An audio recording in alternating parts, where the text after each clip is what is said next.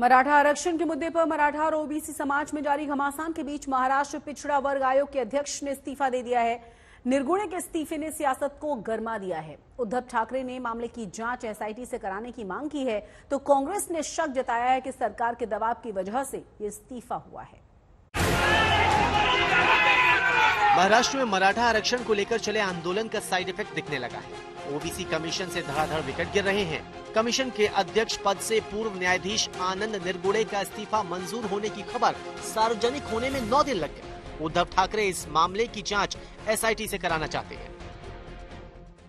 निर्गुणकर साहब ने क्यों रिजाइन किया, एसआईटी उसके ऊपर लगाओ। उनके ऊपर कौन से ऐसे 2 मंत्री हैं जो दबाव ला रहे थे, उनके एसआईटी लगाओ। क्यों दबाव ला रहे थे वो एसआईटी लगाओ। खाली ये लोगों का खेल, उनके जो भावना है उसके साथ खेल मत करो, खिलवाड़ मत करो, क्योंकि आपका तो खेल होता है लेकिन लोगों की जान जा रही है। तो एसआईटी हम तो मांग कर रहे हैं कि निर्गुणकर साहब ने जो रिजाइन किया है, इस्तीफा दिया है, उसकी एसआईटी लगाओ और निर्गुणकर साहब को पूछो कि ये मंत्री कौन है।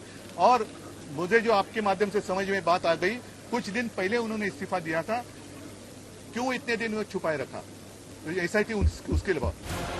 पिछड़ा वर्ग आयोग के सदस्य पद से इस्तीफा देने वाले लक्ष्मण हाके ने भी माना है कि आयोग के काम में सरकारी दखल की वजह से इस्तीफा दिया।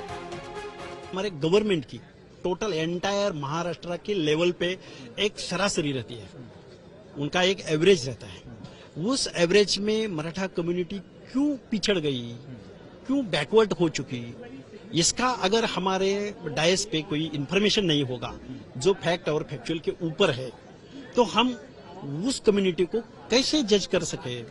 ये ऐसे हमारी मांगे थी, मगर गवर्नमेंट का लिमिटेड स्कोप में काम करना तय था और आग्रह भी हो रहा था कि तुम ऐसा मत करो, ऐसा मत करो, वैसा मत करो। ये जो इंटरफेरेंस था।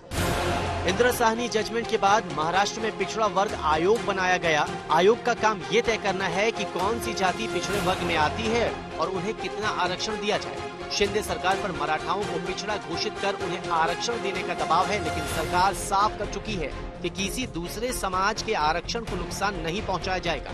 ओबीसी आयोग से इस्तीफों पर हो रही राजनीति पर सरकार का कहना है कि निर्गुणे की जगह कोई और लेगा। माझ्याशी कधीही या संदर्भात आयोगाची चर्चाही झालेली नाही, त्यामुळे हे पूर्णपणे राजकीय हेतूने प्रेरित अशा प्रकारचं स्टेटमेंट आहे।